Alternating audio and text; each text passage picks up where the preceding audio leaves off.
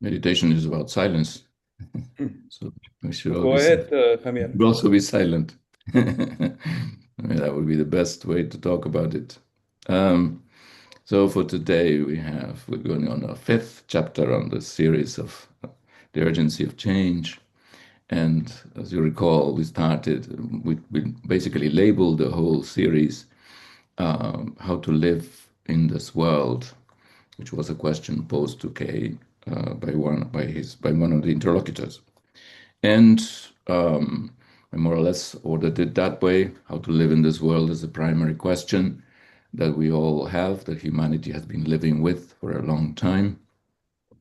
Then the question of awareness, because it's all about awareness, it's all about perception. Kay puts the key to living, loving, beauty, truth, wholeness, order, being in that field. It's just remarkable. I said, well, we should put it somewhere else. Well, no, it's all about awareness. It's all about seeing. He begins with seeing and ends with seeing and disappears in the seeing. And then everything comes right, finds his right place. He said, this is the key. Learn to see, learn to be aware, and the life comes to order. That question is answered in that awareness. Talks about relationship because life is relationship. What we mean by living in the world is relationship, how we are related to each other.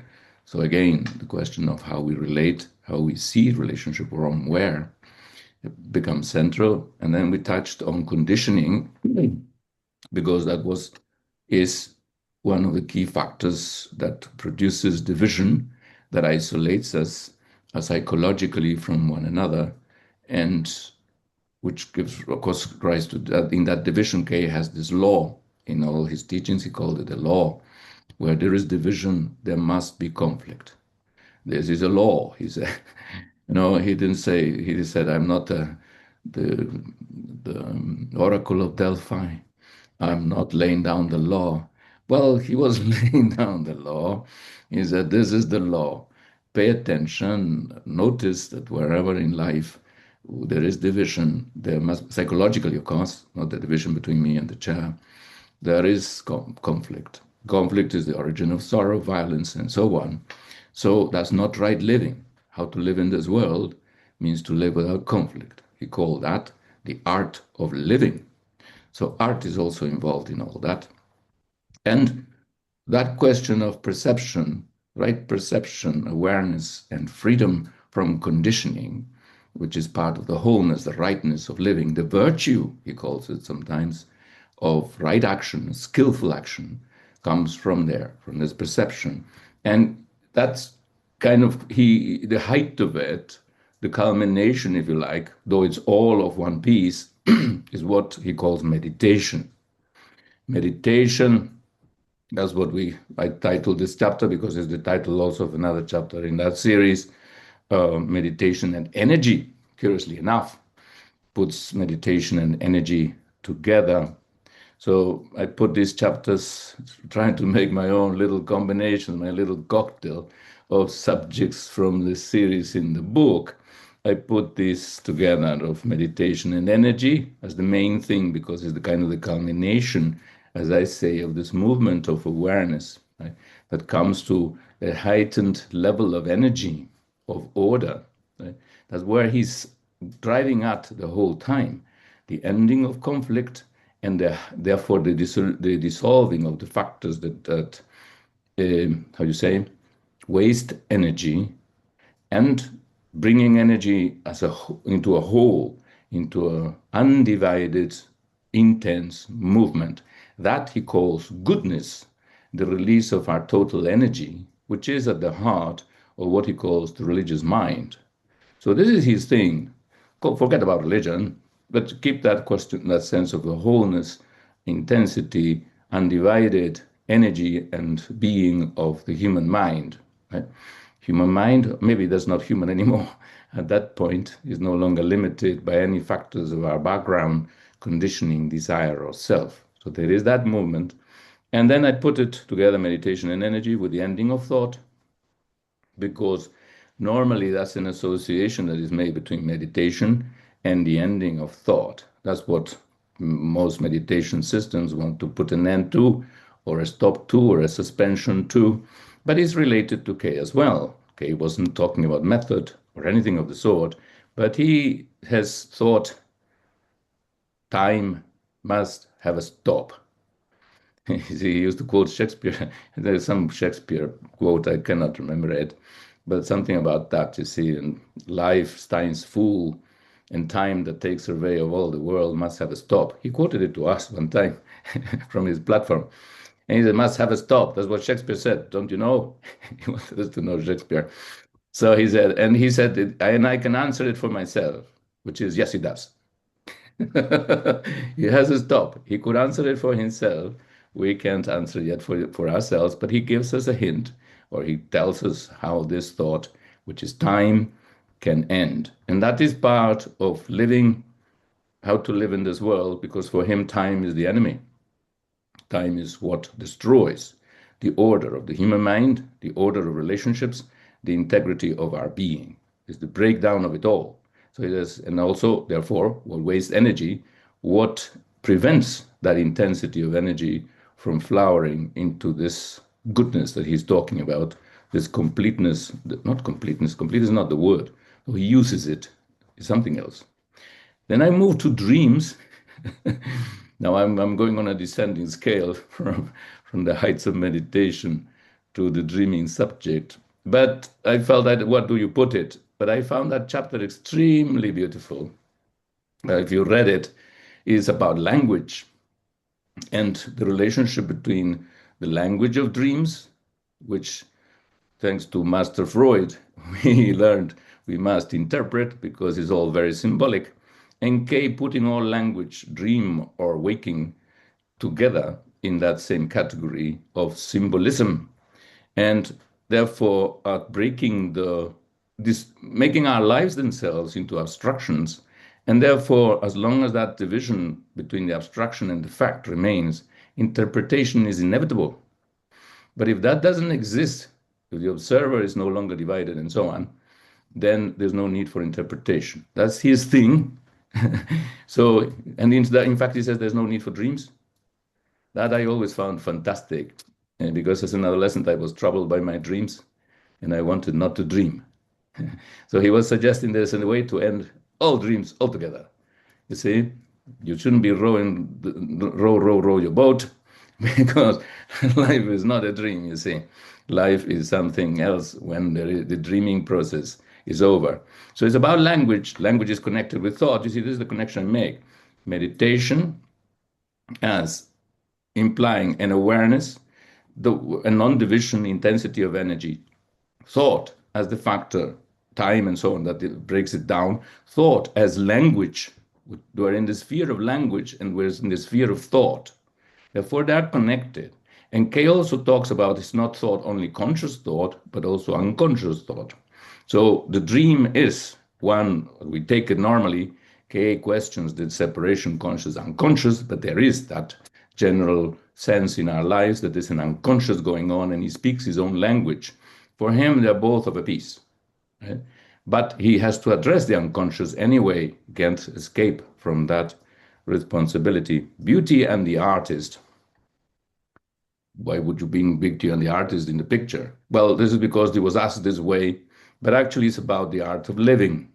So it's about wholeness again. Krishnamurti never loses sight, whatever he touches, of this question of wholeness. So beauty and the artist is about, again, skill in action. What was it in? Skill in action in the whole of life. He calls that artistry.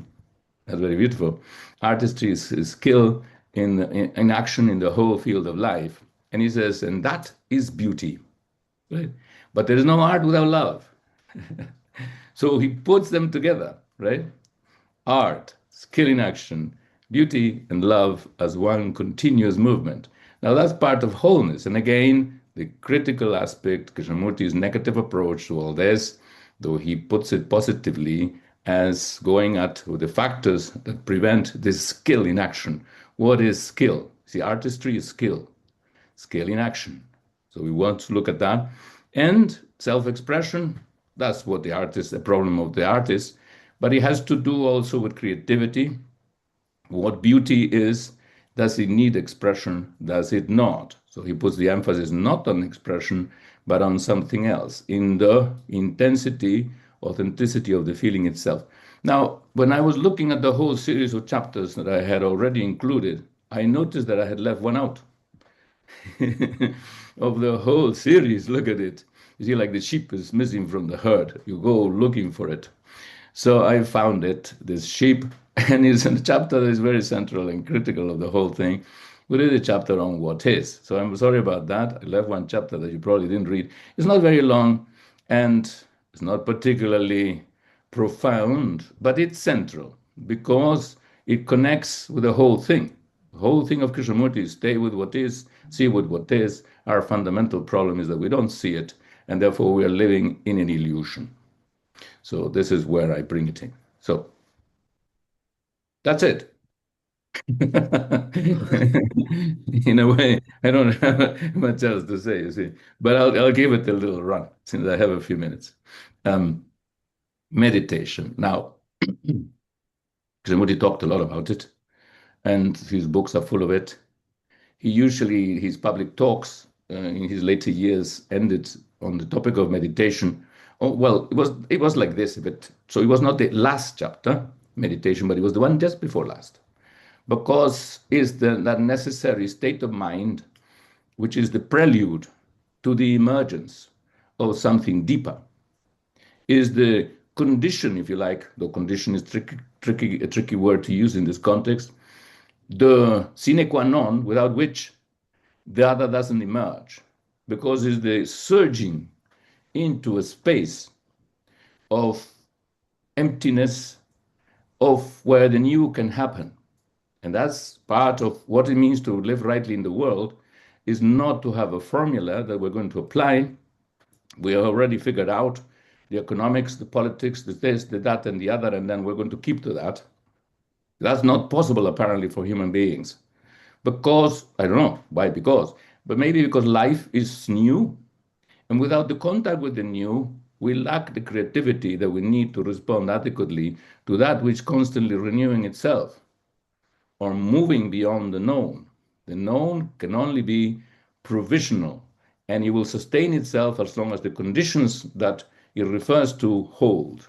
But we have to keep our eye on those conditions because they are likely to shift. Even gravity will eventually shift according to the scientists, right? Because the sun will blow up. Well, no, not blow up, will inflate and will burn us to a cinder if we are alive by then. So careful, protect yourself with some heat protective suits. Meditation was for Kay central in that regard, right? Because it was, as I said, as I suggested, the kind of culmination of this movement of awareness towards the opening of the manifestation of total energy. He had a bit of a problem with the word, just as an aside, because, like Bohm reminded him, the word meditation meant measure, has a root meaning measure, and for Krishnamurti, measure is the antithesis of meditation. You're not measuring anything. You're not even projecting a goal that we are experiencing. Meditation denies method, for Krishnamurti denies method, which means you do this and you get that. Denies means to an end. It's not a means to an end. Interesting. I put it almost in those terms. No, it's kind of the condition I said for something else to emerge. It may be the necessary condition, but it's not the cause of what happens next. What happens next is completely free. The emergence of truth, of beauty and goodness is not dependent or not caused by that. But without it, it won't happen. It's his famous little metaphor of, all you can do is to put your house in order and open the window. The wind, you cannot control the wind, which is the spirit, right? You won't control the wind. But if you don't do that, when the wind blows, it won't come in. So it's an opening, it's just the opening. The opening is not the wind, but without it, it won't come in. And if the place is a mess, it won't be coming in either. The wind doesn't like disorder, it seems. It doesn't like disorder. It likes order. It's order itself, you see, and it communicates with that which is order, right? And which is open and which is free. Right? So that's the nature of the spirit. So that's what he was talking about meditation. So it is not measure, but he preferred the word, so he kept it. We always had to deny the etymological meaning. So in this case, his etymological meaning didn't help him. It was against his meaning. So method is out, measure therefore is out, experience is out, authority is out, even one's own past is out. What is not out? So Krishnamurti's meditation, even though, as I shared with some of you, maybe in a different context, he did make suggestions as to how to explore meditation. He talked to the kids, his schools and the teachers primarily. He didn't talk publicly about anybody because he didn't want to create methods. And this lends itself to becoming a method, even from Krishnamurti's own suggestion. So it just means, sit down and watch without the watcher. Now that's already an issue. How would you watch without the watcher? He's already made life difficult for everybody, apparently, because the watcher is there. But this is the essence of the whole teaching, if you like. There's the question of perception as change, the question of perception as difference, the question of perception as freedom and the ground of beauty and being. Is this that the watcher is the one that is creating these divisions and conflicts? The watcher is in the way of truth. The watcher is in the way of freedom. The watcher is that which fragments, according to him. So could we begin already to watch without the watcher? Now, that doesn't mean watching without thought. You're watching thought without the watcher. So you see, it gets a twist. That is not like most meditation systems might suggest, that you have to stop thought altogether to start. So they repeat the mantra or whatever they do, or they fix their on an image and so on, or even on the pay attention to your breath, something present, you see, because the present obviously by itself, if you're aware of it, excludes the past. You can't be aware of your breath if you're thinking about music. So there is something to that. But it's a forcing, it's a concentration. So he says, don't concentrate, because that's again conflict, see? And conflict is the denial of the art of living, which this is about, right? Conflict is duality, the observer wanting, I want to be aware, and therefore I'm forcing this out of my awareness, which prevents my awareness. So be aware of not being aware. Be aware of whatever movement takes place without judging, comparing, and so on. That for him was the beginning. He called it choiceless awareness. That was the beginning of meditation. The beginning, he said, you try it, play with it, it's fun. He said it was fun. When I tried it, it wasn't fun at all. It was very difficult at the beginning. But then you get the hints, you see, it needs persistence. I'm afraid that he's thinking about no effort, no this, no that. Well, careful, you're careful. You won't be comfortable. You won't be comfortable because it is a challenge to even begin to pay attention to anything. And then you know that distraction comes in. You see, he said to us, take that word out of your vocabulary. There's no distraction in life. Boy, was that we couldn't take it out of our vocabulary, you see. So I was distracted. Sorry. We used it all the time. Our thinking was distraction. Our desires were distractions. Our fears and so on were distractions. Yet they are not distractions because they are the fact. You can't look at them as contrary to attention if you are attentive to them. So that's the whole thing, to be attentive to whatever is without judgment, choice. He was to say, all thought is just thought. Don't think of it as good or bad. It's just thought, arises, blooms, and dies. Follow the movement, natural movement of thought. Don't divide it, don't exclude it, don't resist it, don't identify with it. So it's a very delicate exercise, right? But that is already non-separation, see? from thought itself.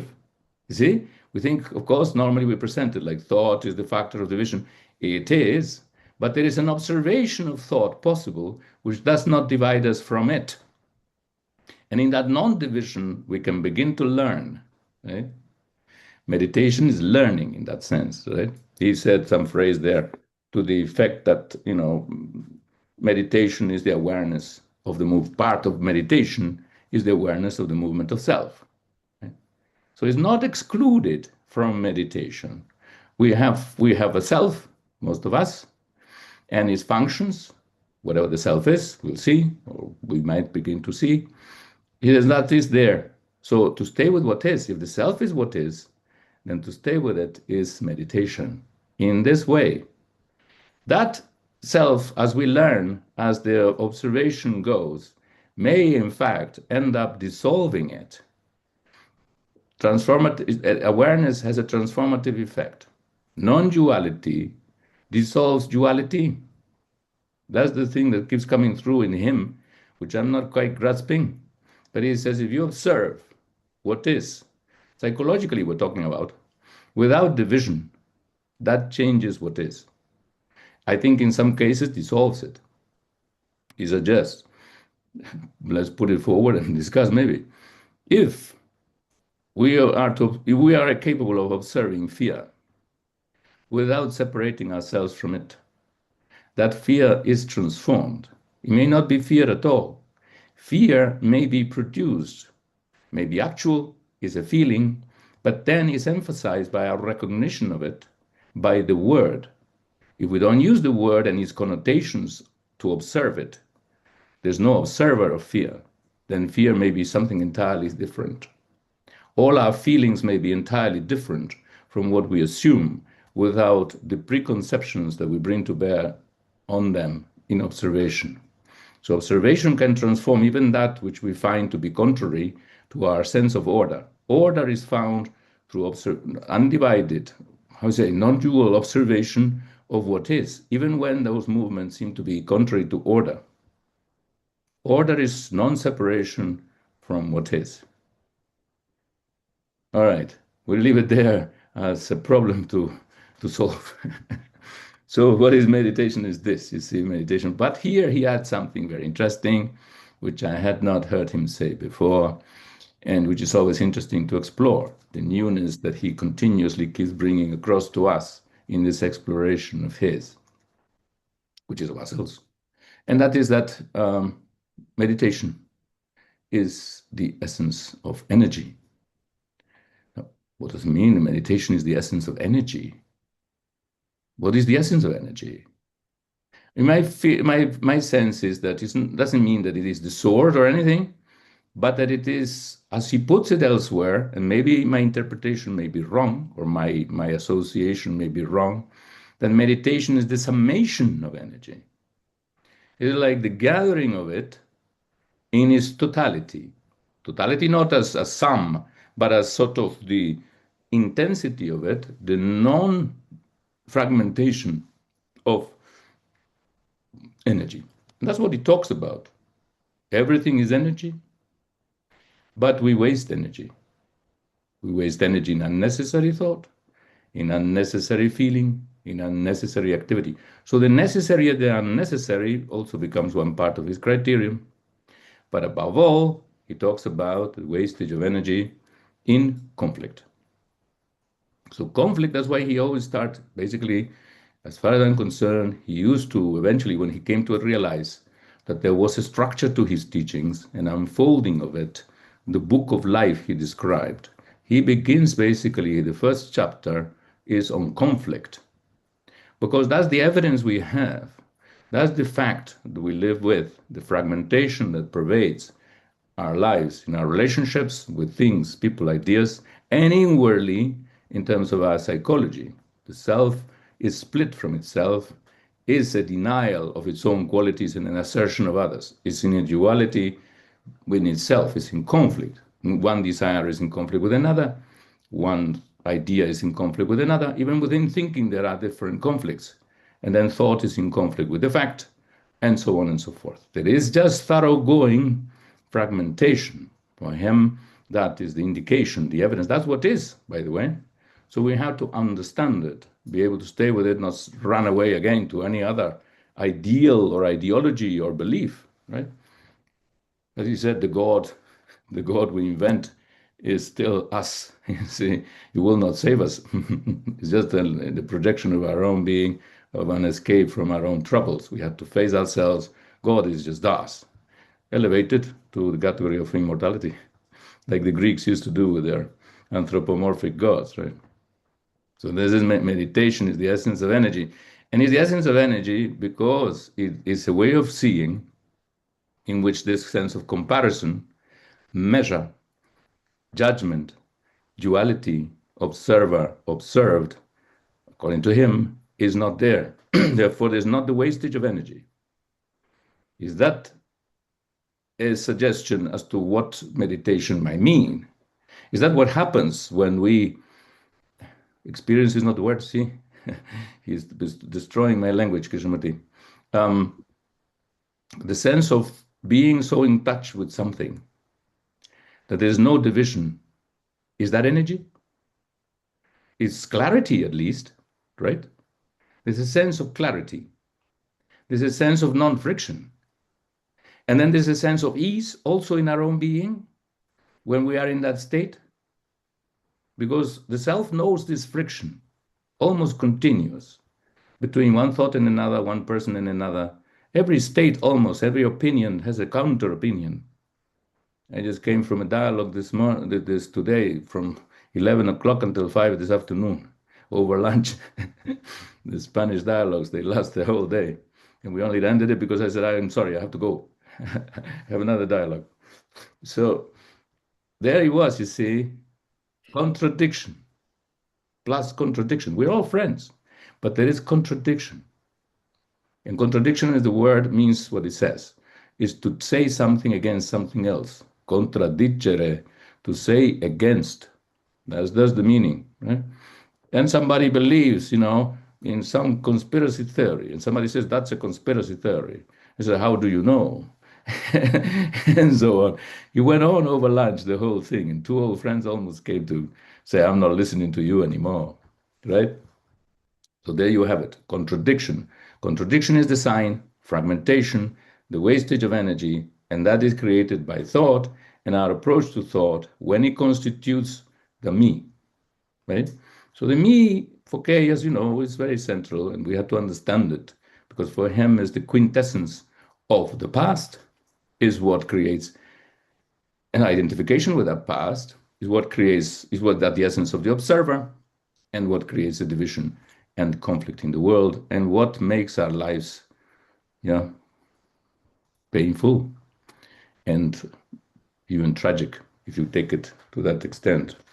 So that is one aspect of meditation. I'm not covering the whole field of meditation, but then you see the ending of thought that we've mentioned is what people try to do. I should stop thought. Thought is the troublemaker. Kay says as much most of the time. But you see, the moment we oppose something, we are the troublemakers. The trouble is the opposition to the different factors. And who's opposing thought? That's what Kay says, right? Wow, how would you stop thought? We have methods, systems, and so on. And some people say, yes, my thought stopped. I suppose it can stop. Most of us probably have experienced that. The moment when thought stops, that's a different state. I mean, it's beautiful. That's why we want it, right? We would, if we could, we would get addicted to it. It's the best drug you can find. When thought stops, it's just joy. You just feel free from all, because you're free from yourself. The self is the burden of pain for some reason, right? The thinker is his own pain and his own pleasure, right? That's why he talks about the pleasure of the pain of the self, right? Or the pain of the pleasure of self, right? It's just the continuous turning around of its own internal contradictions. Why is the self contradictory, right? So contradictory and so painful that its ending is when we experience real joy, right? That's what we want to do. And thought is, of course, the maker of all this. Without thought, there's no thinker. That's what he says anyway. That's another question, big question for us, I suppose, to really perceive that. But without thought, there's no thinker. So, though there is no observer without the past, So it is time, it is the observer, it is thought. For K doesn't disagree that thought needs to stop. In fact, he added in this chapter something really very beautiful and I think quintessential from his point of view anyway, but I think for us, for most of us, because he says it is the stopping of thought, perhaps in certain fields even, because we need thought in some fields. He's talking psychologically. That's one thing that we need to remind ourselves the whole time. I need to remind myself at any rate the whole time. He's talking most psychologically. You can't stop thought scientifically. There he goes. And even the scientists need to stop it if they want to find something new, right? That is interesting because thought somehow is, as he says, can't function without memory. So it is a continuation of memory, modified. When it meets the present, it alters itself, and it goes on. But what that past does, seeking is continuity. Without continuity, it doesn't hold. Without accumulation, it can't hold because it's memory. So it needs it. It's the substance of thought, right? Remember, there's the levels of consciousness. There's superficial consciousness, so-called, and the movement of thought, basically. What is it? Which includes, of course, not just, thinking practically about things, but includes desire, includes will. The movement of consciousness is the movement of desire, of fear, of practical thought, of calculation, remembrance, all that movement. But remembrance is behind it. The substance of thought, it's memory. So he says that's an issue because if that's the whole of our consciousness, and consciousness is our life, the life of human beings is consciousness, is the quintessence of human life, then we're living in the past, essentially. We're living or we're being lived by the past. And that's not living. So the question of stopping thought or putting thought in its right place, as he sometimes expresses it, perhaps more adequately, is a question of living or not. You see, it's a question of life and death. If that thought continues, then we're not fully alive. And we're talking about how to live in this world, not how to be dead in this world, which most people seem to be. So careful. I mean, not others. Yeah, there seem to be an element of the dead remnants of the past that are so much with us that we can't meet the living flame of, the burning flame of living. Right? That's the question. We don't have that passion. We don't have that energy. The energy of living, life without conflict, life without the past, is burning and alive. Maybe that's also what meditation is bringing us in touch with, that it is the encounter with that total intensity of the living moment, without that burden, that filter, that shadow, like he says, of the past. The past is continuously casting its shadow on the present. The observer is continuously casting his shadow on what he looks at. And that shadow hides something from view. So we're not seeing, we're not in touch with the new, and the creative factor of living itself does not emerge for us. We're not the creative, we become mechanical, right? So freedom is also very important there. It's freedom from this mechanical factor. So the stopping of thought or putting thought in its right place so that it functions where it must and then is silent is one key factor that he considers in this whole picture, you see. So dying to the past, he says, is what stops thought. But he says you can't stop thought yourself because you are thought. So you're not going to stop yourself because that's just another way of continuing by opposing some factor that you don't like. So how does thought stop? He says it stops when you see where it does not belong, where you see where the dead factor comes in, the destructive factor of thinking. I was talking to a friend of mine the other day, and she had a kind of perception. She was talking to her father, and her father is very traditional, and traditional father, and thinks that his children must look after him and so on. So she was trying to do something good for him. She bought him a pair of shoes that would help him to walk because he has some problems walking with his feet. So I sent him a pair of shoes. He said, "Oh, those shoes, I'm not putting them on." I said, "Why not? I'm just sending them to you to also what? Because you are the one who has to look after my feet." You understand? The notion, the thought of the duty of children to look after their foot, whereas he was sending them the shoes to look after his feet. But they have, you expect something more direct from that person. I mean, I'm not sure how that works in that tradition, an Indian tradition of some kind. So that she was the one who was responsible for his feet, not his wearing the shoes. You understand? We fail to act in relation to that, which is good for us and which actually shows the care of others, because we have an idea of their duty in relation to us. Thought in that instance, I'm not sure it's coming across very clearly. I saw it very clearly when she was talking. Uh, Thought interferes with the right relationship and the right response. Our ideas of what should be prevent the encounter with what is. We have ideals, and therefore we don't stay with the facts.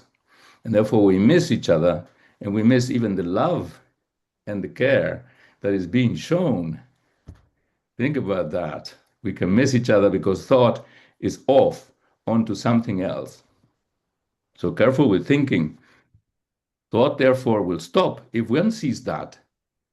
If one sees that that thought is destructive of that relationship, and Krishnamurti is very good at pointing out how thought destroys relationship with images, with the past, with what should be, the expectations they impose on each other, the missing of each other, passing each other and like ships in the night because of the images of the expectations.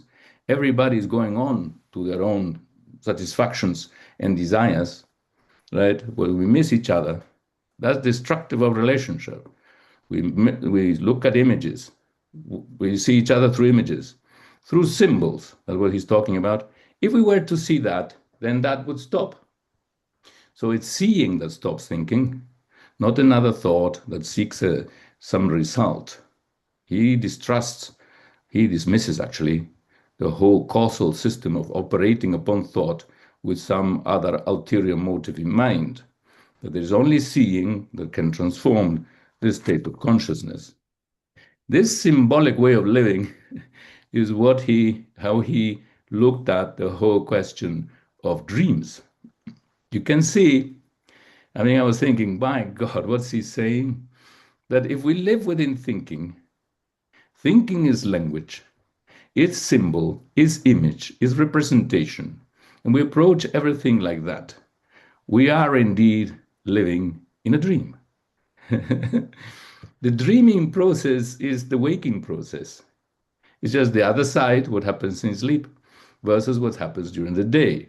I look through my images, I interpret the world through my words, this fits into my scheme of knowledge, and then I go on identifying with part of that knowledge. So my being is within the context of the known, and my reality is the context of the known, which is a system of representation. Human beings in consciousness live within a system of representation. So, but do I actually see? Or do I only see the representation? As the word means, represent. Is not present, is represented by the symbol. So I'm responding to already some past. And that's the problem. When I meet my girlfriend, I respond to her as yesterday. She is known to me. My desire may be a projection to the future, but it's a remembrance of things past, pleasant. And my fear is a remembrance of things past, projected to the future. And so on. The pain of things past. She and I are in a movement of things past, which don't quite meet the present, because we meet each other with that past. That past would end if I see the destructive factor, how I'm not seeing her, and therefore not really loving her, but just the image of her that I treasure as pleasing to me or satisfactory to me, the one that flatters me, the one that thinks I'm great, but the one that says you're a fool, that I don't want. So, hey, careful. She is a living human being and she will tell me what she wants to tell me. Can I play along? Say, yes, I'm a fool today. I wasn't yesterday, but don't fix me. then let's not fix anything. Let's see how this movement, can it be creative? Can it expose the fact of the past, free us from the past in the living present, and find the quality of freedom and beauty and love that relationship is supposed to be? Supposed. Forget the ideal, but can that come alive? Can that be something that burns between us, no matter who we are? And who we were may be irrelevant. Like Gay said, in time that takes away of all the world and destroys all relationships, I would add to Shakespeare, must have a stop. And Krishnamurti said it does. Let's see, let's test it. Let's relationship be the testing ground of whether the past can end and therefore can be a relationship. So I'll see if I can just, I ran a bit long today, so I'm not necessarily able to cover all the topics delicately. But the language as symbol and the dream as symbol become the same thing. I just want to put that across. The chapter is beautiful, that chapter on dreams. I loved it because I'm concerned with language as well, what language does. You can see that what we call artificial intelligence is language. See, we're functioning within language. There are language models. The world is a language model. The way nations are built are language models. There's nothing but language models. I mean, I started thinking, I said, but this is the same old symbolic system in which reality then we believe in, take parts of it, identify with, and that's me. He says there, the me is a symbol. And the moment thought identifies with it, gives it total importance, and it therefore separates. We're separated by labels. We're not separate. We're separated by labels. The dreamer separates itself from the dream, but the dreamer is the dream. He says, the observer is the observed. If that is the case, if we were to realize that, what need is there for interpretation? What need is there even for dreams? Don't dreams arise because we fragment our reality? And that fragmentation comes from this division of the past in relation to the present. Therefore, we must dream. What is the dream? Is the attempt to recapture, perhaps I'm venturing this forward myself, I'm not sure that he would say this, to recapture the meaning that we missed in the perception of reality through the past. The past misses something and is searching for it. The self is trying to compose itself as a whole by recovering the fragments it itself has created. Therefore, it can't. It can't. The interpreter of the dream is the dreamer, but the dreamer is what creates the dream by fragmenting itself from reality. Therefore, to understand the dream, you won't be able to even do it. He suggests that there's a way to bypass that whole thing by being totally aware of the movement of daily life without that separation. The choiceless awareness that he kept mentioning the whole time. Could we live that way?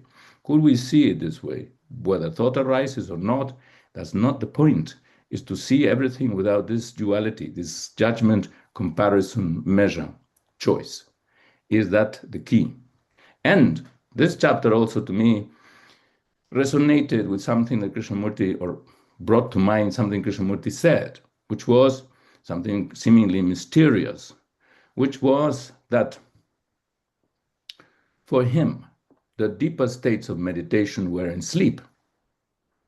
So we're not talking about really something so extravagant, talking about sleep and dreams, because for him, the deeper states of meditation were in sleep. Why? Why would that be? That sounds like crazy. I used to make a joke. I mean, I'm not sure it was fair to the old boy, but say, oh, well, look at that. The awakened human beings are more awake in sleep. Right? I mean, that's what it takes. But you can see partly that here, this would be an explanation or a hint as to why that could be. Because living through the day in such a non-dual way puts order, dissolves the fragmentation that the symbolic perception of the observer brings about on reality, therefore eliminates the need for dreams. And when the body is at rest from its labors, is in an even deeper state of non-duality, For him, that's total wakefulness. So the brain, he says, the mind is never asleep. It is in a continuous, deep, and in fact, deepening state of wakefulness. Is at rest, the body and the brain, but the mind is awake. I know nothing. I'm from Barcelona. This is just the way the old boy said, you know. And I mean, I had a couple of hints once, but those are minor. That there is this possibility and there is this indication, and this chapter on dreams goes towards pointing to the depths of meditation in sleep, so that the mind, see, there's not even the division between observer and observe. There's not the division between wakefulness and sleep. There's no division, but this total intensity of energy, which is the essence of meditation. I reverse the terms. Meditation as the essence of energy, but energy, undivided energy, as the essence of meditation. And he says that's the absence of self, which is the essence of skill in action, which is the essence of beauty, and which cannot exist without love. So he puts those together. Meditation as the absence of self, which is skill in action, which is beauty and love. He says living beauty and living love, because you're in touch with what is. There's nothing else in life but that. And that is his own freedom and his own totality of energy. And that's the essence of meditation. And as he used to ask us at Brockwood Park, can you live that way? I'm not sure. All right, I went a little bit over the time. I'm sorry, but the chapter today I thought deserved a long inquiry. All righty, leave it there.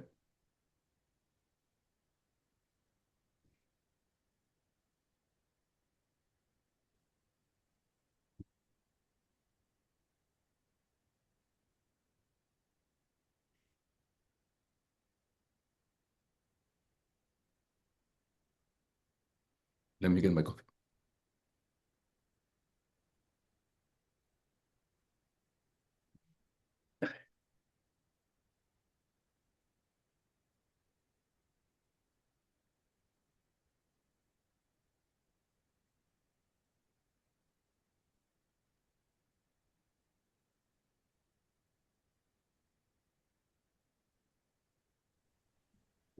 Just a little question, Javier. How comes the artist didn't talk about the artist today? Because the poor guy just couldn't get to that chapter fast enough. Okay, I see. He wasn't sufficiently skilled in his action today.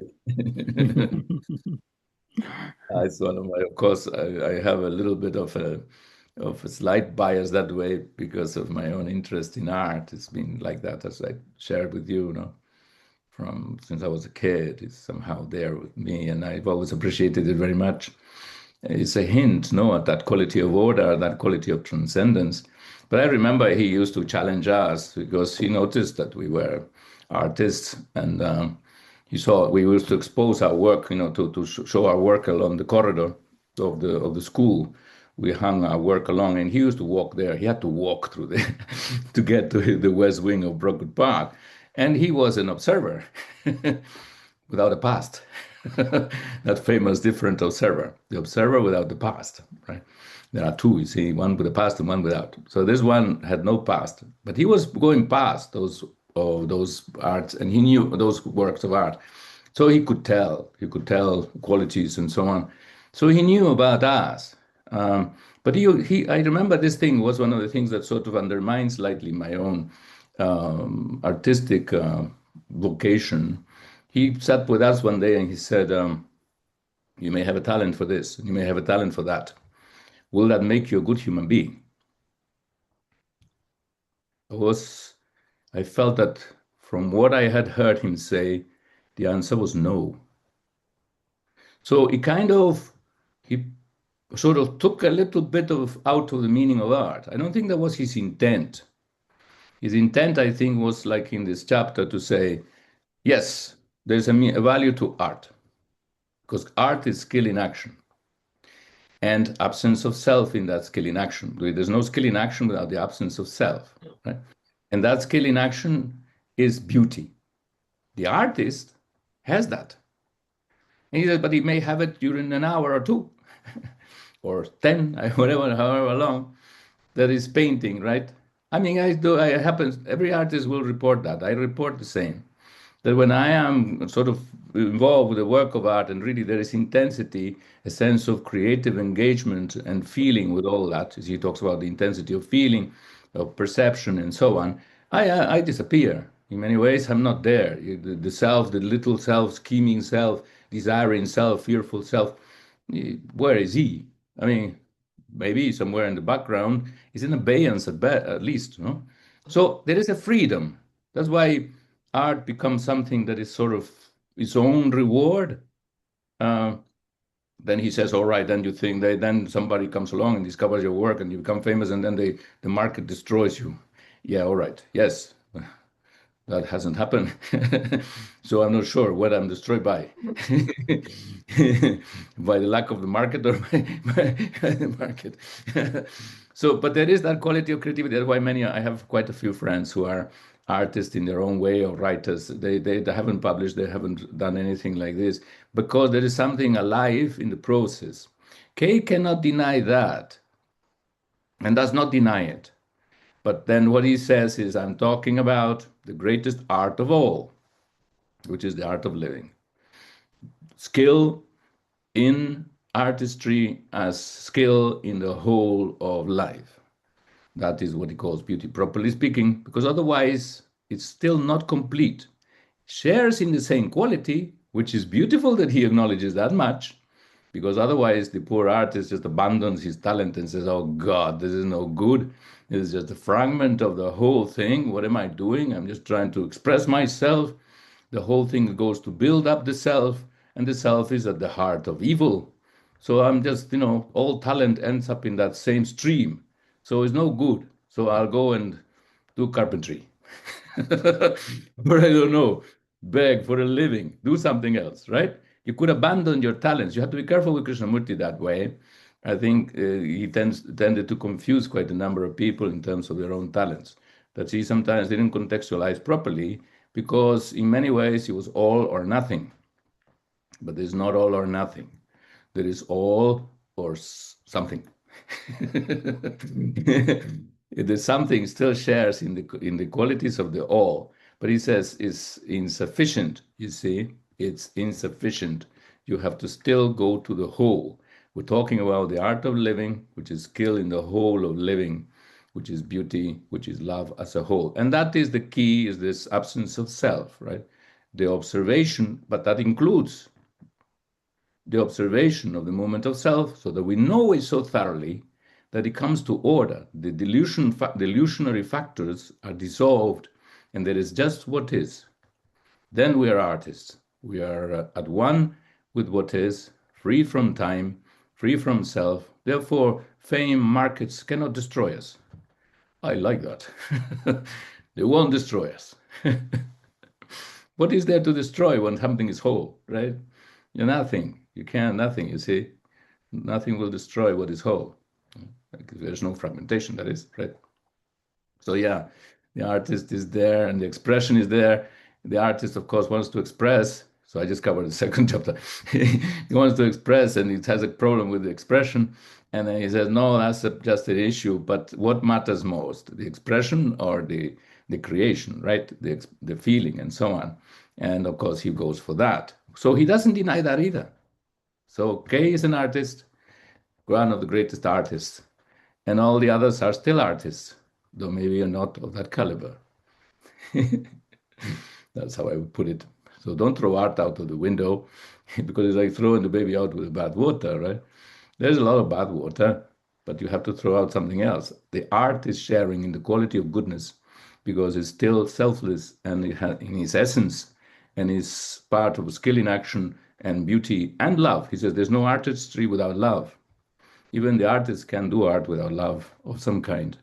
That absence of self is a kind of love, is a relationship with what is. So that is part of it. That's why I don't throw it out. No, not anymore.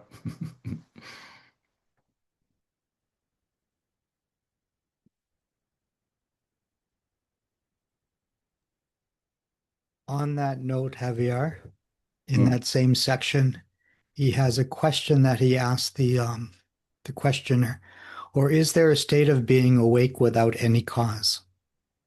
right. And he doesn't answer it directly.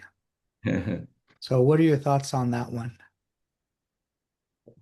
Well, he goes negatively about everything, just about, right? So if there is a cause, right, there is not an ending.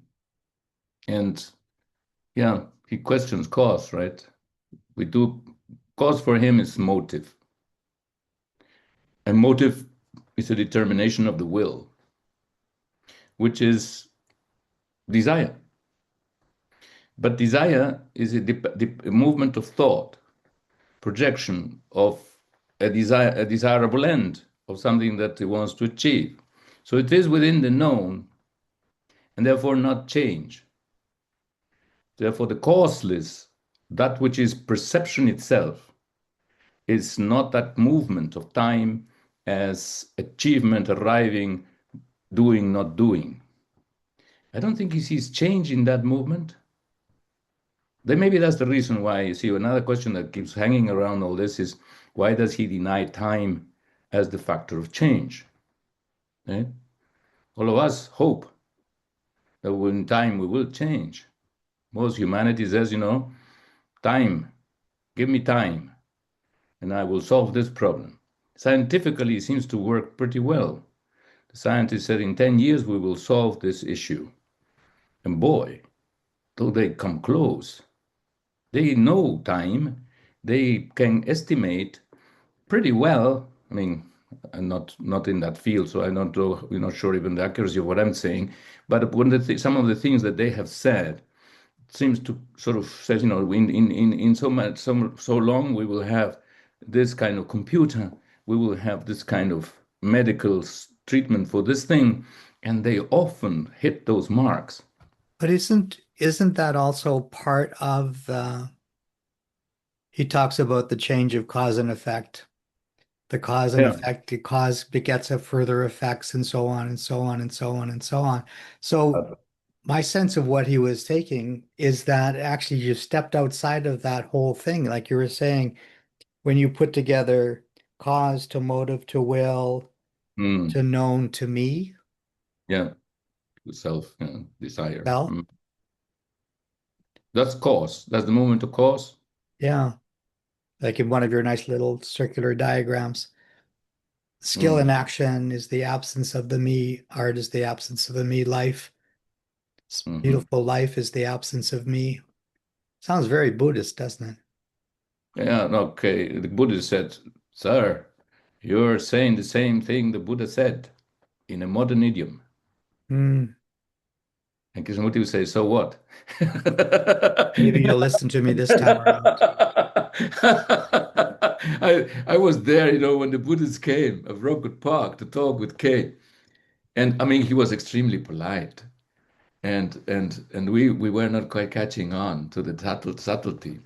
This was none other than what was his name? He was a famous scholar, Buddhist scholar.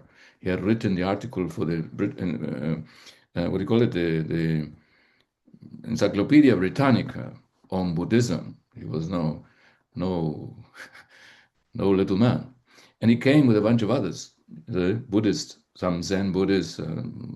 He was from Sri Lanka, so he was from the Hinayana school, and there was then Tibetan Buddhists came. The Dalai Lama's later secretary, Samdhon Rinpoche, was there.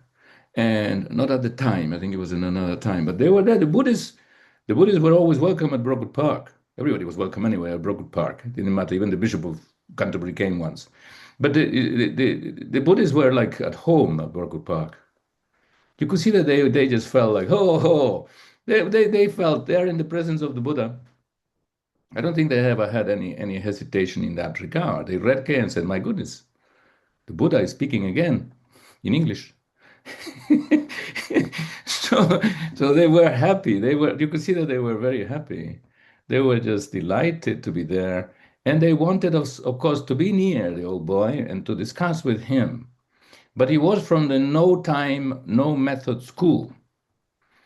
You see, the Buddhism is split in all kinds of schools, and one of them is the Southern school, Chan, which became Zen, right? The Chinese. He was a Chinese Buddhist. Well, he was a quintessential Indian Buddhist, but the sense of the Southern school, right? The sense of no time. It wasn't even sudden. Maybe something subtler than sudden. Of the no time, no method, no aim, no goal, no cause. The no cause is there for him. That the transformation of humanity comes from where then? If there's not a cause, right? For him, the cause is the chain that binds humanity to its own past. And when you break that chain, then there is freedom. The emergence of the breaking of the chain of cause is freedom. I think we discovered something. Yeah, let's see there. I think that's what I was trying to find. You see, where is this thing of the cause and no cause? Right? So he's no cause. He said the cause is this. What has continuity? Freedom within the field of consciousness is the breakdown of continuity. Because the continuity is the field of thought, is the field of self. Without continuity, it does not sustain. When there is no continuity, what is there? There's a break in the cause. Therefore, there's no effect. There's no effect. The breaking of the chain of causation is the greatest effect of all, because it wipes all effects out of the question. See, we spend our lives, this is very interesting, huh? And I don't know which, this fantastic, extraordinary thing. This is karma.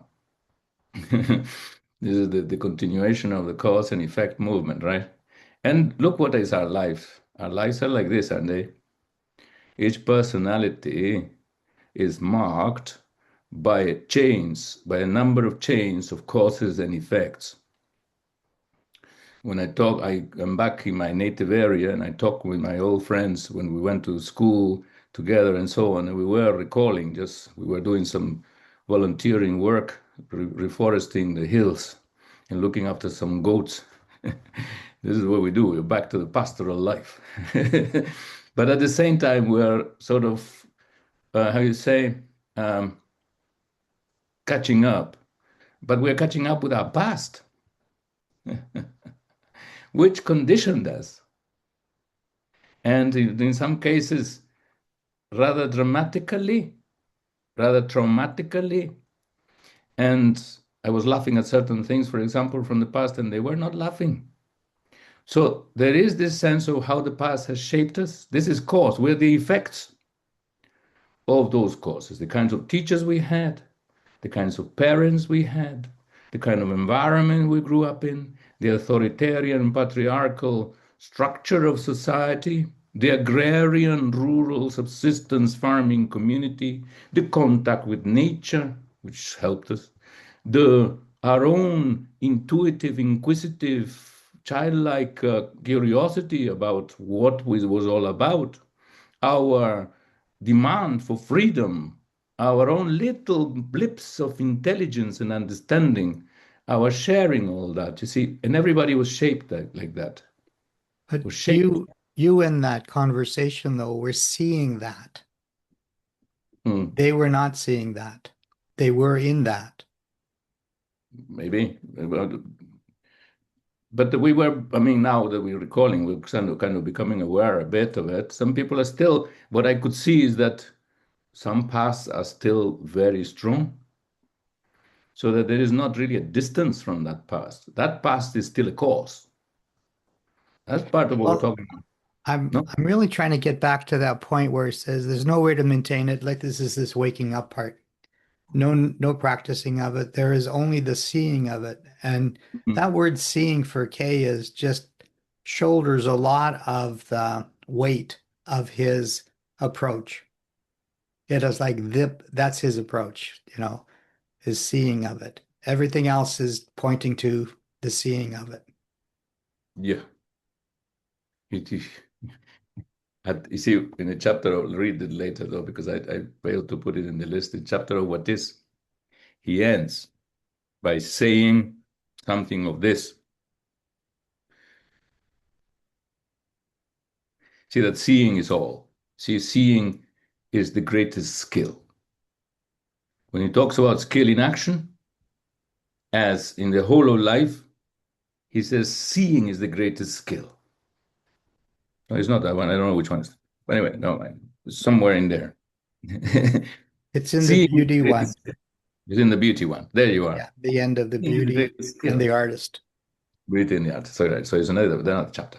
So Mhm. seeing greatest skill. I mean, we Yeah. talk about seeing, and you also just mentioned now, like the past. I mean, like you talk about the past with your friends and so on. Yeah. So I, Seeing the past. there, I mean, like I was wondering about like the past as the origin of our thoughts, basically. Like, can you negate the past? Is seeing kind of like the negation of the past? Is that like a way to look at it, basically? Hmm. How do you go on, go on? How do you see? How do you Yeah, see I that? mean, like really, like you talk about like your memories, like you with your friends, and like how your father was. I mean, like we all have Yeah, these thoughts. I mean, everybody has it. like, can you just like negate all that? Negate any thought? Right. Right. And how what's that mean, right? What because we're saying that freedom is the ending of self really is this past is the self. Is how it has shaped itself. The memory has how it has defined itself. I'm become the symbol of my own experience. The self is like the symbol of the sum total of that experience, or at least that's how it presents itself. That's how I sort of define myself. Maybe that's what Kay means by saying the self is also symbol. What does it stand for? A symbol stands for something. So it stands maybe for that, the distillation of all that experience, how he has shaped this personality, right? What does that mean, therefore, to see that? And is that the end of the past? How does the past end? It's the ending of me, of course, in that regard, no? But how does the me end? How does the me end? That thought ends when he sees the inadequacy of his intervention, the destructiveness of his intervention. But does it see it? Do we see it? Maybe we do. In some instances, we can catch it. No? Seeing is the ending of the movement of time as destructive, divisive factor in life. He can also see that time has its own place as knowledge and so on, practicals. Even recognizing people is important. He acknowledges that much. But careful with the perception that follows, right? This is very important. Well, how does the past end? Because for him, that's important, right? The observer is that past. As long as it persists, it creates division, separates us with its representations, which hide the present. It hides the present dead. And with this past, accumulation, projection, and remembrance, the remembrance of things past. How does it end? What does it mean to see it? Does it end when we see it? Does my past end when I see it in action? When I see myself as that past in action? It's not me as an agent that is acting in relation to a present, but in relation to a past from a past. I react to what I recognize in this person as yesterday, with my yesterday as I reacted to that past before. It creates a loop in which the past identifies the present and responds to itself from its own memory. That's what isolates me. That's what makes me uh, a social being. In the sense of I'm naturally isolated by my own movement of self recognition and other recognition, alter recognition, and self recognition, which is me. The other is me. There's no me in the other because what I'm recognizing is what I'm responding to. And what I recognize is me, is my memory. This is the loop in which the self gets caught. The world exists for itself as a recognizable something, right? My girlfriend exists for me as I recognize her. She is my remembrance of her. What else is she for me? No, I don't have a girlfriend for the moment. So, but I know my girlfriend is always there, right? The sense of the other with whom we're related, right? The ones before and the ones that the mind invents, they're all there. These relationships are representations, which then, of course, has a reality and actuality. And to be able to relate to that means that past has to end. How shall I love this human being? How will love be if this past does not end? Does the past love? It can only love itself. Otherwise, the world is full of narcissists. Yep.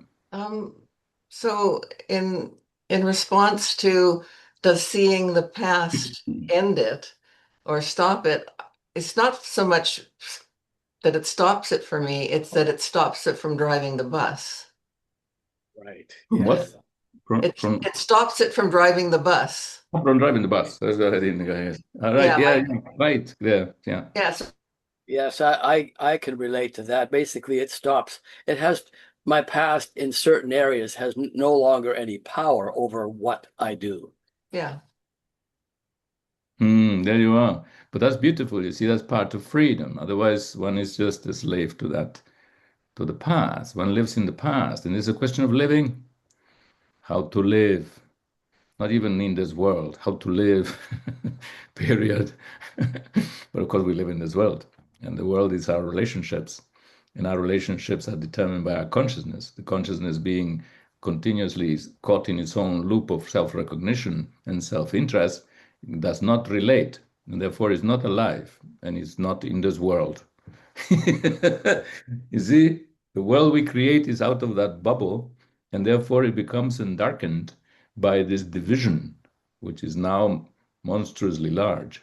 Humanity, as he said, will destroy without if humanity, with all this materialism that he has cultivated, does not take the self out of it, it will destroy itself. We're talking about that kind of dimension, which is very actual. Of course, it's much more intimate. We have it in our own daily lives, right? Because I treat others also like material things. The self treats its objects, its means, its causes and effects, is causal and is bound to its own self-interest. And the past dominates. Otherwise, that identity would not persist. That's part of the diagnostics I see Krishnamurti saying, and extending it. At one point, he says, when he talks about the labels and the language, which is a very important aspect of saying, we're separated by labels. But we are not labels. So what separates us? Right? Is there such separation? Is that if the label creates a separation, why are we so readily deceived, right? If the past is the label maker, thought is the label maker from the past, right? Draws the labels from his memory, then applies it, and then is that what we see? And that's what separates us, the labeling. It's also what joins people, supposedly, when they share the same label. People, they think they're also united by labels. They aren't, because the label is already a separation, it's an abstraction, and we are not abstractions. Caveman is very clear on that. If we persist on living, identifying ourselves as joining and separating from labels, we are living abstract lives. A life is the dream of abstraction, of symbolic language. Can that end? He's asking for an ending to the symbolic way of living.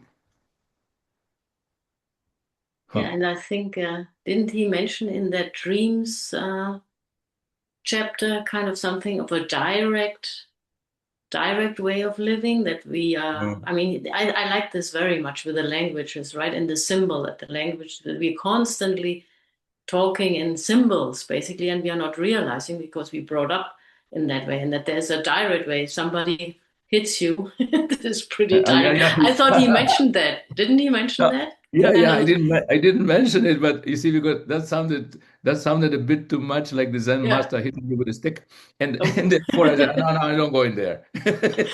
No, but I liked it because that was so direct, right? That is what's missing, this kind of Yes, listening and just listening, or seeing and really seeing, and not this constant chattering or concept things, which is so right. quickly coming in for me. Yeah, but and that's the difficulty, kind of, I No, but think. that's beautiful because that also he was saying something very subtle there. I think even subtler. No, he said, all right, somebody hits you. That's direct communication. Yeah, that's what he said. I remember when they hit me, and it was very direct communication, and I didn't think they were communicating very well with me. That very much. So that was a bit of a question regarding the old boy.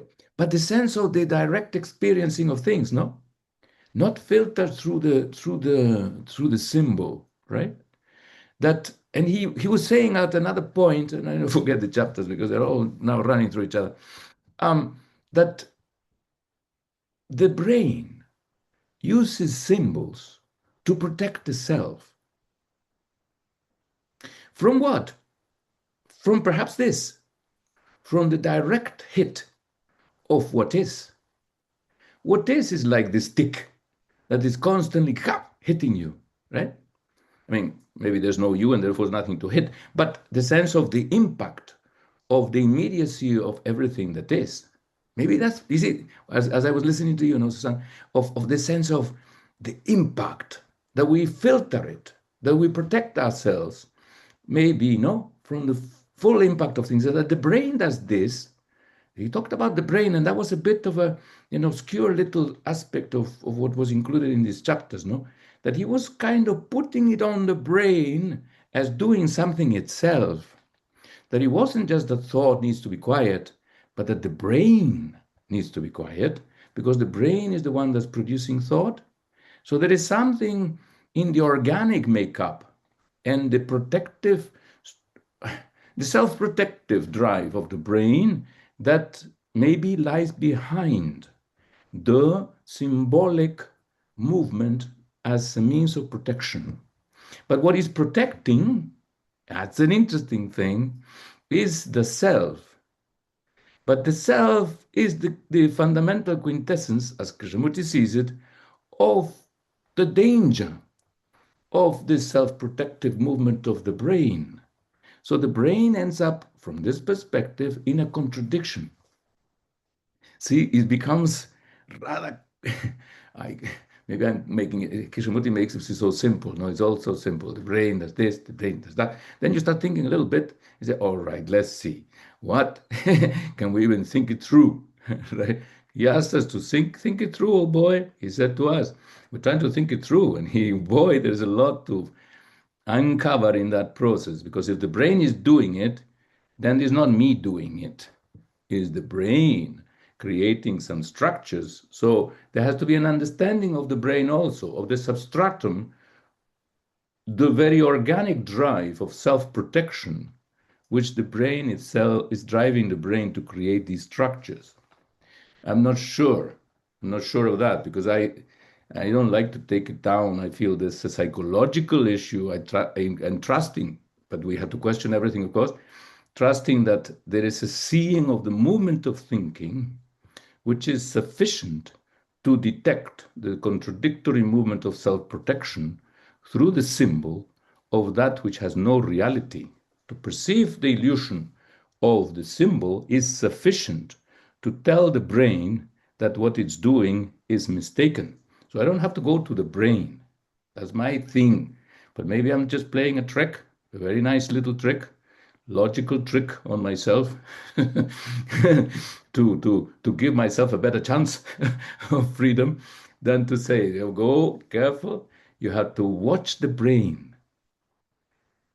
We have to just not watch thought, but something even more elementary, more organic, biological, instinctual in the brain.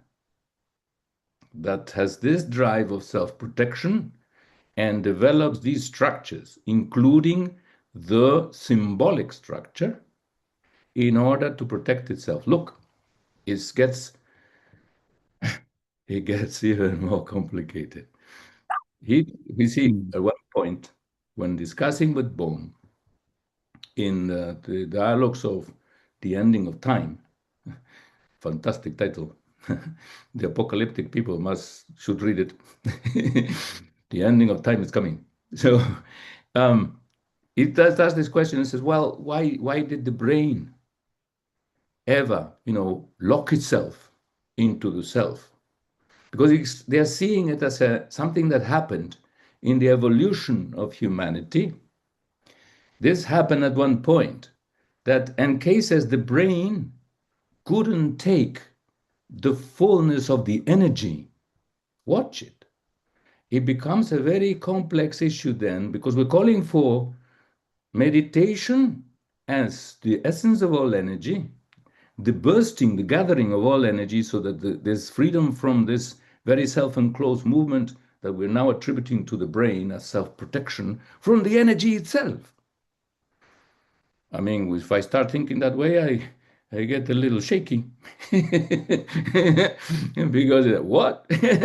But there's something cosmic about it, see? We're talking cosmically also, because he's saying we're just not talking about me and you and this little insect that is going to aspire to some beauty and truth in his life, but we're talking about the very integration of the part with the whole, so that it merges into one full, free-flowing movement with no contradiction whatsoever. And that is the fullness of energy. The Theosophists described Krishnamurti, and he himself described himself as an experiment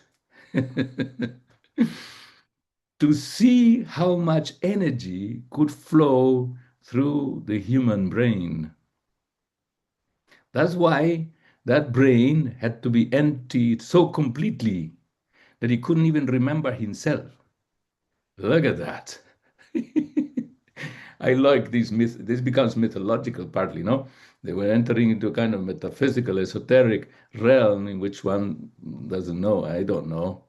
But interesting, you see, because that's what he talked about also at the end. He said, nobody knows how much energy, the energy of intelligence went through this body, a 12-cylinder engine. He liked cars. So there he was talking about a 12-cylinder engine. It was a 12-cylinder engine. We need 12-cylinder engines to let this through. But you see that brain, why was he fainting? When it started to happen, when the whole thing opened up and the energy began to flow in that unrestricted manner, because he's doing meditation, the good old boy. He was already free in some fundamental sense, according to the record that we have. But he started meditating. Suddenly he got the idea. I'm going to get back. I'm going to undo the wrong turnings of my development, he said. It took him only days. The guy was too much advanced. So in a few days, the whole thing began to flow. First, non-duality. He was everything and in everything, and everything was in him. So no inner and outer. And then this energy began to flow. And the guy would just faint and scream with pain like you wouldn't believe. I mean, for modern psychiatric systems, he should have been locked up. Luckily, they knew nothing about it. You see, they don't understand these processes of the flowing of energy and the breaking down on the normal balance of this brain can't take it. The pain he experienced for the rest of his life, the process, he attributed it, as far as I can understand, to this very element of the brain not able to take it fully, anyway. But it's not a pain, a pathological state. And the brain maybe understands that. That's the beautiful thing. And therefore it can take it. See, Krishnamurti, he used to say, I am used to pain. I can take a lot of pain. Because of this, because of the energy that was opening this channel, when the channel opening, the energy was just blasting this brain, and the brain was just screaming. Okay, so I'm not sure. You see, some friends of mine says, I'm having some pains. Is that awakening? The joke, of course. You see, everybody wants to, and now everybody looks for the signs of pain to see if they're That whatever it is opening the chakra, the final chakra, whatever. No, that's not how it works. You will know what kind of energy is flowing and what kind of pain. It's a very healthy pain. When something in us genuinely opens up, for example, to the fullness of beauty, there will be a pain, a healthy pain, not the pain of frustration of the artist, in terms of the disconnection between the intensity of feeling and his expression, which they talk about in one of these chapters, but the pain of the narrowness of our own system as we have developed in terms of meeting the intensity of that totality of energy. Like giving birth. I mean, I don't know what that means. But I believe you see there's an intense pain, but it's a pain that has its own inbuilt joy in it because of what it means. It's a tremendous sense of, yeah, life is coming. This is a kind of life. This is what it means to live in the world, is the fullness of life, is the fullness of energy. And this brain has narrowed itself down. And because of its narrowness, it will experience pain at its opening. But otherwise, there will be no birth. Oh, that's there a metaphor. This is what we're talking about, perhaps. I mean, I'm not looking forward to any pain, but but if it comes and if it's that healthy, then the system will know it, you see? That's like giving birth. Nobody says, I don't want to give birth. That's the way. You may be screaming, but it is the way of life. Hey, All right. Javier. Hey. Well, there's a lot of ways, I guess, to riff on what you just said, but the this kind of thing, this dissociative boundary, I refer back to analytic idealism. Uh, the fundamental nature of reality is mind, and when we start talking about brains and things, I don't see it in terms of physical matters and atoms gathering together to produce something. Donald Hoffman's conscious agents theory comes to mind when you're speaking the way you are about this energy. There's beings like us that have this limited scope, and in a way, thank goodness we do. This explosive energy that Krishnamurti and others have felt is seems like kind of a rupture of this boundary that in essence protects us as these supposedly living biological carbon-based units, right? And it's very limited, and in a way we owe this experience of being a carbon-based unit to this boundary. And the refresh rate of what's going on, let's just call it creation, is unfathomable. If we're just to touch into that as beings like us, dissociative beings, it just, I don't know what would happen. I guess we just like blow up or something. So, so we have to see things in a sense, at least the way I understand it, from this limited perspective. That is really the only way. I mean, can we even exist if it's just this open field? And so I kind of like what, Dan and Judith had mentioned earlier. And it's like, well, there's this gradation of sort of determining how much of, what memories do I want to relabel? You get into sort of psychological stick handling in a way, but it can become useful. I mean, I don't think it's being suggested that we just all have lobotomies and electroshock therapy and just wipe out memory altogether. No. Because some people, have found that useful, of course. And this has been going on since the 20s and 30s, as I understand it, and so there's something there that I think warrants some discussion in terms of is memory useful, and well, okay, well, which memories and how often and etc.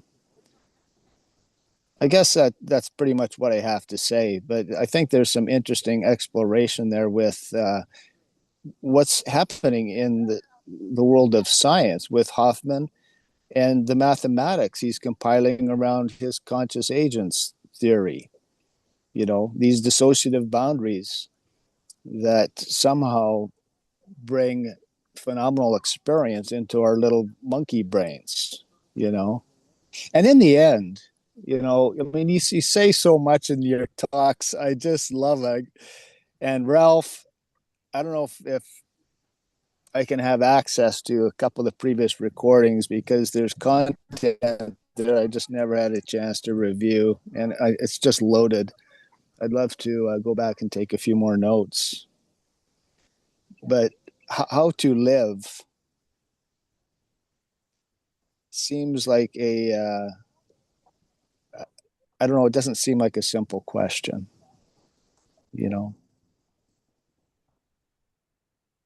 Anyway, good being here. Thanks, you guys.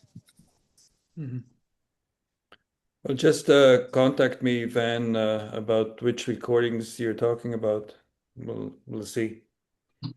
Thank you, Ralph.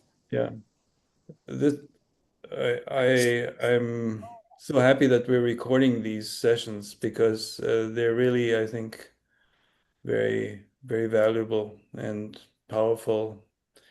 And thank you so much, Javier, for being able to do all this after having a 5-hour session before this.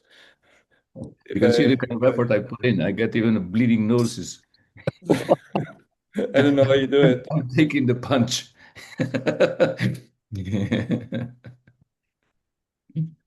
But thank you, everyone. We'll see you in 2 weeks. Okay, bye now. Right. Bye-bye. Thanks. Bye. See you then. Bye. Thank you. Bye-bye. Yeah, bye all. Thanks, Xavier, for taking the punches for us. No, it's the punches I deserve. Real communication, you see? Yes. All right. Thanks. Bye. Bye-bye.